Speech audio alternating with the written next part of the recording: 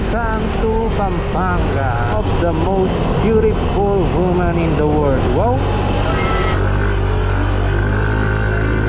Gaga.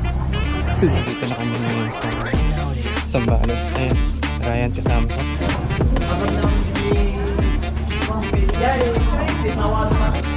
Ayan ha. Ganito lang yung mahirap eh, yung pag mag-iihaw ka, yung pagpapadingas ang pinakamahirap gawin.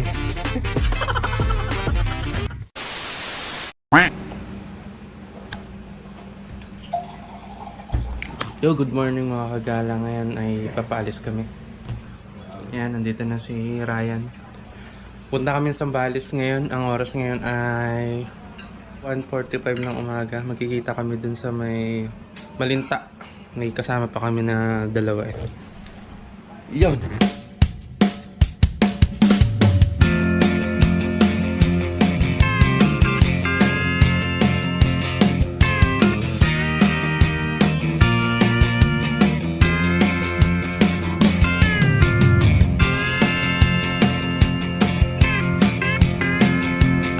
Yan, nandito na kami ngayon sa Valenzuela mga kagala. Nandito na rin si Anthony tsaka si Ayan, nag-aantay pala sa amin. At sila nga pala yung mga kasama natin. Pupunta ng Zambales at yun.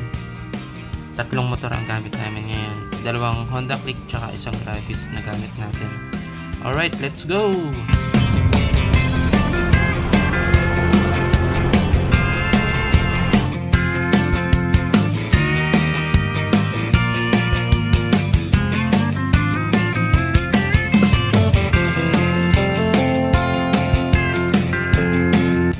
Papagas muna kami mga kagala, no? Hindi ako nagpagas kanina kasi gusto ko talagang i-drain yung gas ko. Kasi gusto ko malaman kung magkano yung magagastos namin ngayon.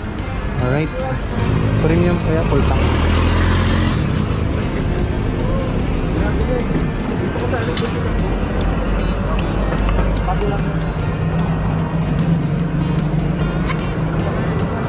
Bali, ang full tank ko ngayon 227.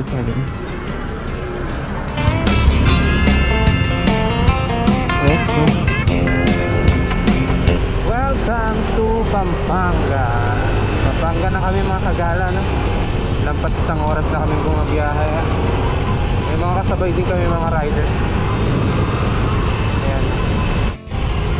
Welcome, City of San Fernando, Pampanga. Liwanag, no? Ganda ng arko nila dito. San Fernando, Pampanga na tayo. Ang oras natin ngayon ay 3:41 ng umaga. Tuloy-tuloy lang tayo mga kagala. Ganda ng simbahan nila dito, oh. Kulay white. Tumigil lang kami dito sa gasolinahan sa refill ba dito sa may Lubao, Pampanga. Ihilang kami tsaka magpapagas na rin. Ihilang kami dito. Sobrang ihi ko na.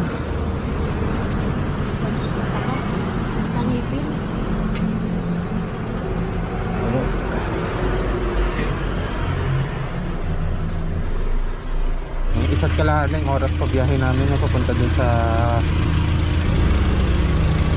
destination namin. Let's go. Update lang mga kagala. Home of the most beautiful woman in the world. Wow! Welcome to Olongapo. Dito na kami sa Olongapo mga kagala. Wala pa ring araw kasi ang oras natin ngayon ay 4:56. Malapit nang lumabas ang araw. Siguro mga 5:30 meron na yung liwanag. Dito na kami sa Olongapo. Konti na lang. Hindi ko pa alam. Siguro mga 40 minutes na lang o 30 minutes doon na kami sa aming location. So yan mga kagala, nasa Subic na kami. Medyo baga naman takbo namin dito dahil traffic eh. Siguro may checkpoint din sa mismong bungad ng Subic. Ano kayang meron dito? Bakit traffic?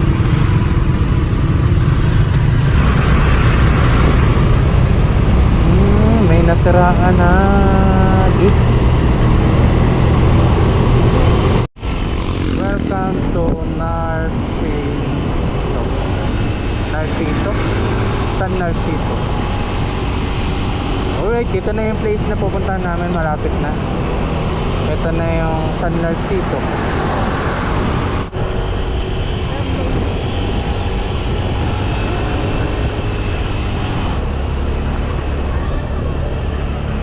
Mukhang maraming bisita ngayon dahil maraming sasakyang nakaparada. Maraming asong nag-aabang. Pahinga mo na. Kami yung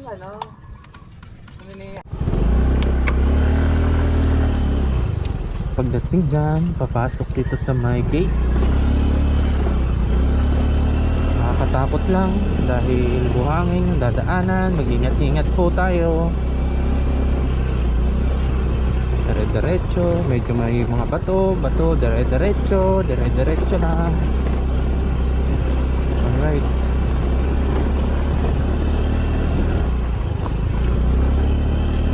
Etong pupuntahan pala namin dito sa Zambales, no?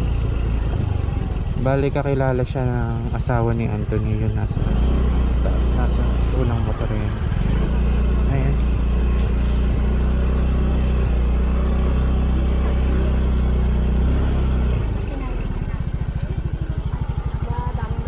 Maraming tao ngayon. Dito ko lang. Doon na lang kasi maluko. Doon na lang pala.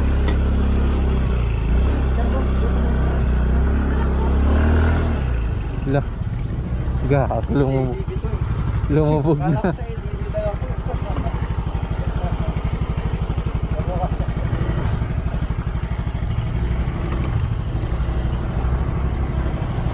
Lumubog na yung gulong ko.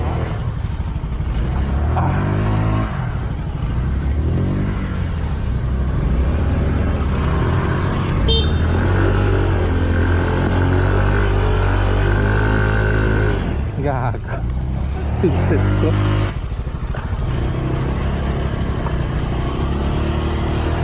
Tulak ko na yung mas mabilis to.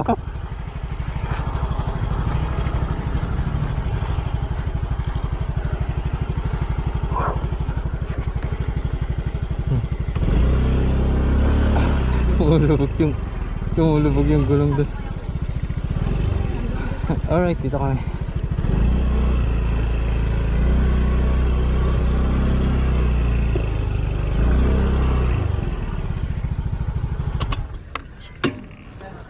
Mukhang lulubog talaga.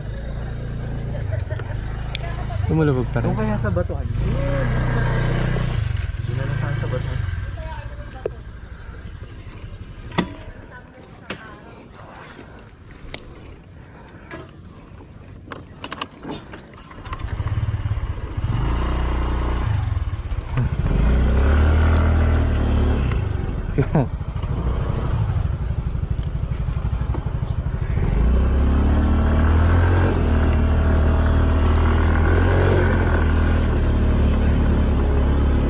Parang hindi pare.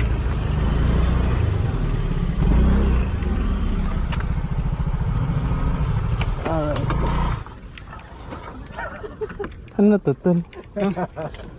Para dumudulas. Yung helmet mo, be. Yung helmet, be. Helmet mo dito nalagay. Kailangan lang natin lagyan ng plywood yung ano, side stand. Ito ba ito pare?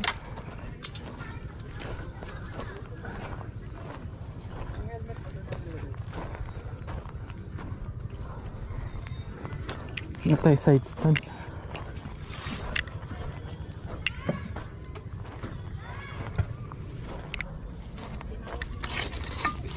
Tabi-tabi po.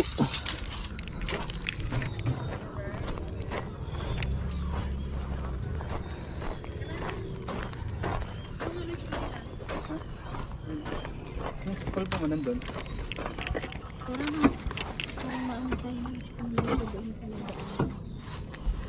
Kaya pala sa...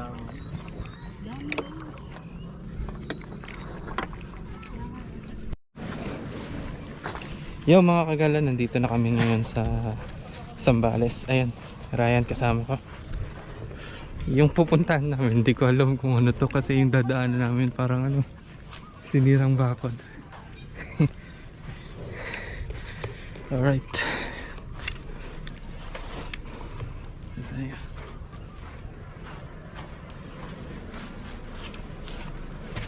May dalang nga pala kaming unan.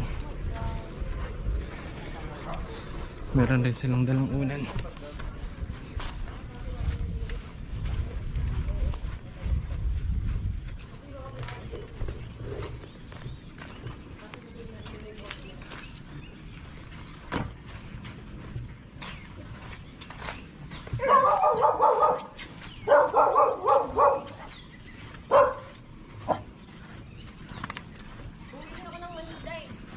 Dagi.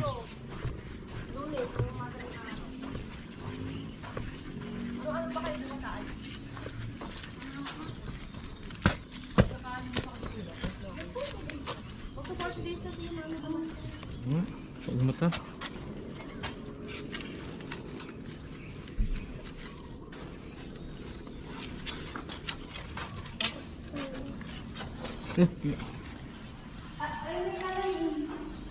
May laman yan. Meron. Dito na kami.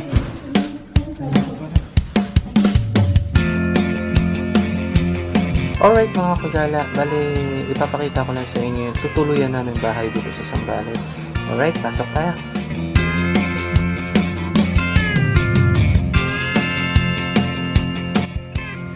Dito mga kagala, pagpasok nyo pa lang, makikita nyo agad yung sala nila dito.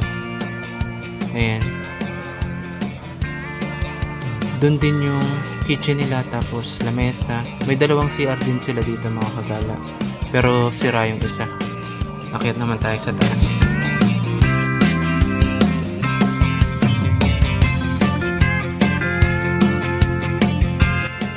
At ito yung itsura ng taas niya. Ayan si Anthony, nandito na pala sila sa taas. Ito yung unang kwarto niya. May 3 kama siya. Nandyan din si Ayen, tsaka si Mami. Nagpapahinga na si Mami, siguro napagod sa biyahe. Tapos ito yung space sa taas, napakalaki. Pwede pagpwestuhan ng inuman kung marami kayo. Ayan, ito yung balkonahe naman niya, may upuan pa. Dito sa taas mga kagala, 3 ang kwarto dito, pero yung isa dito ay nakasara. Siguro may mga gamit pa sila dito. Ayan, may CR din sila dito. Ayan. Tapos ito yung maliit na kwarto. Siguro dito na kami matutulog, no? Yung 2 babae sa kama, tapos kami 3 sa side na lang. Tapos may electric pan din sila dito mga kagala. Medyo luma na siya pero gumagana pa lang. Yung kama nila dito maganda rin dahil double bed siya, kaso itong bed na to siguro hindi na namin gagamitin dahil 3 nga kami, hindi rin kami magkakasya dyan. Ayan, may tinuturo sa akin dyan si Ryan. Ayan. Titignan ko daw yung space sa labas. Tingnan natin.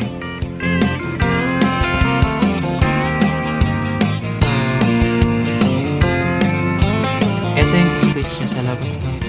Napakalaki pa. Pwedeng kami mag-bonfire yan namin yung gabi. At napapaligiran pa ng mga pine trees. Hindi kami dito nagtutulog sa loob. Tapos saan yung labas sa papuntang dagat dito? Ang dagat nga pala dito mga kagala ay dun pa sa Bandaron. Pupuntahan natin yan mamaya.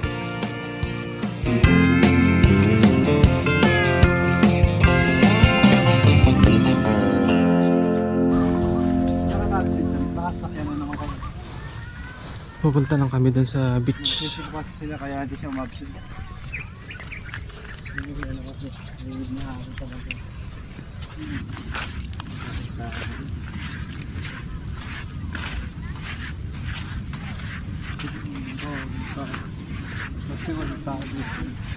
Oo, doon. Ayan ang pupunja.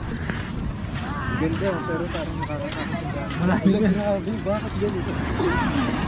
Lalo mo. Lalo.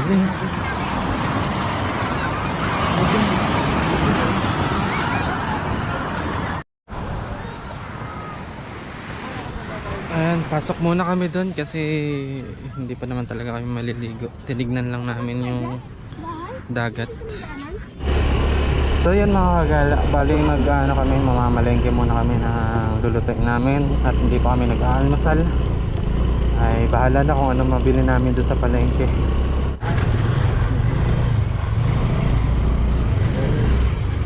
Pamilihan bayan. Dito na yung palengke nila kaso walang maparadahan. Dito na lang.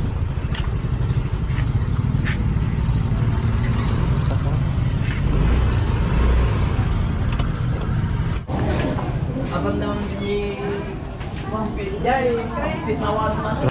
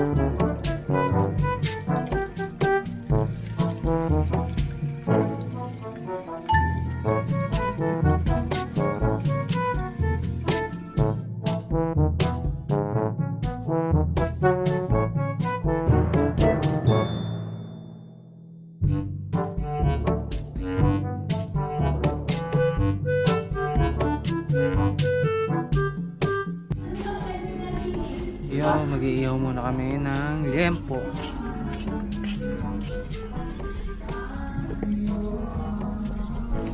Minsan, alam nyo mga kagala, kailangan natin gawin itong mga ganito eh.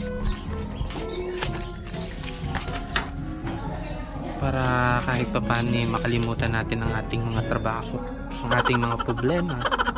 Ayun. At isa pang kagandahan dito sa lugar na to, no? Meron ditong meron ditong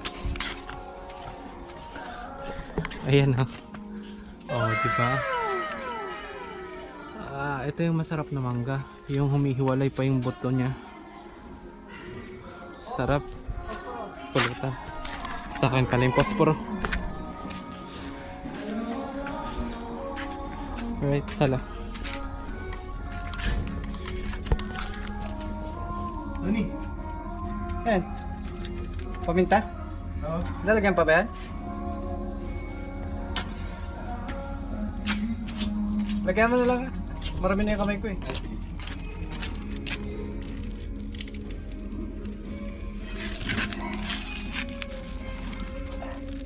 Saan yung isang? Ano pa? Lagyan.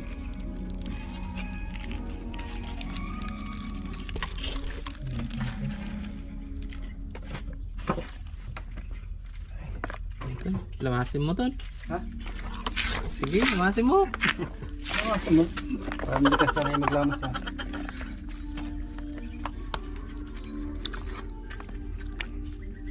Ay! Ganito lang yung mahirap eh, yung pag mag-iihaw ka, yung pagpapadingas ang pinakamahirap gawin.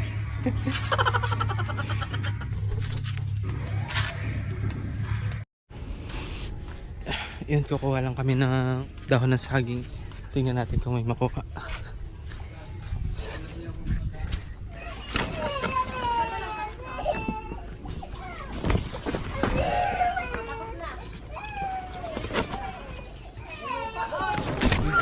Okay na. Salamat. Salamat eh. Tutubo naman yun to. Ha? Kahit naman putulin to, tutubo naman yun. Gaganyan? Oo, yan, yan. Hindi, i-stop na muna. Pag, ayun o, gagalaw yun eh. Hindi yan, yan, yun, yung parang... Ayan o, ayan o. Sige. Langit!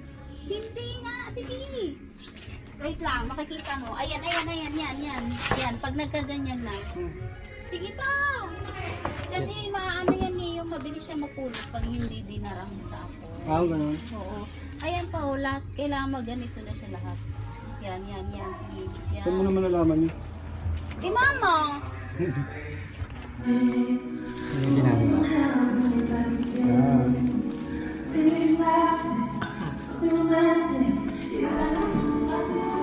Ang sarap po. Nasaan to? Saan na to? Ang lawan ko na lang para Hindi. hindi na. Tabunan pa?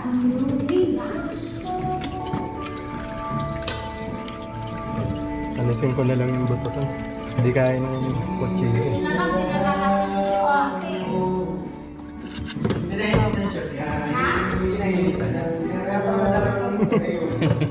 Lagi singilin ka niya ng ano, galit.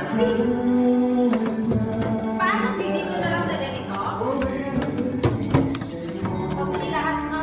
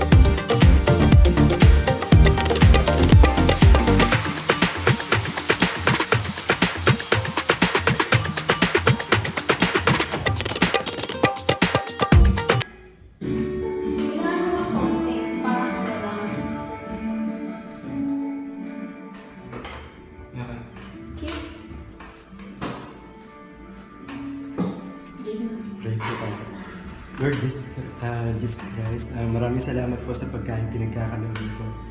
Magsilbing kalakasan, kalusugan sa aming katawan. Lord, maraming salamat po sa mga kamay na ginamit mo para mag-provide po ng pagkain na to. Salamat din po sa mga nagluto ng pagkain na to.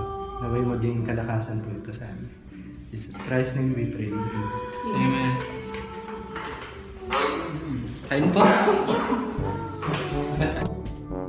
Kain po. Ano po?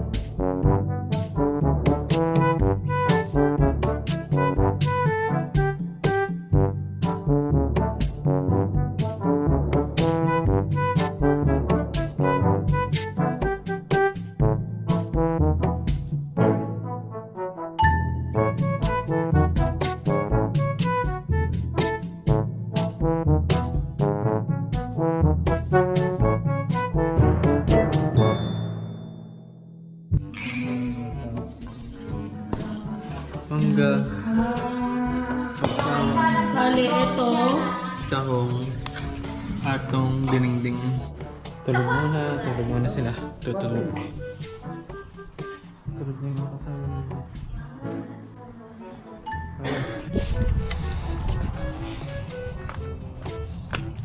Yung mga kagala, bali sila ay natutulog pa kasi nagpapahinga dahil alas 2 na nga kami umalis dun sa Manila, no.